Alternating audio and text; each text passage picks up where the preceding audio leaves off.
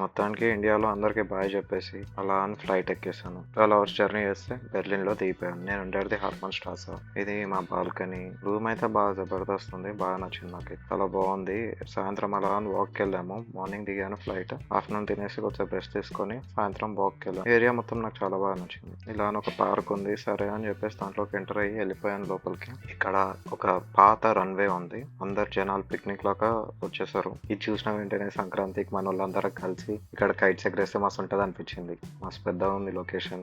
Kites ఏదో కొంతమంది ఎగరేస్తున్నారు.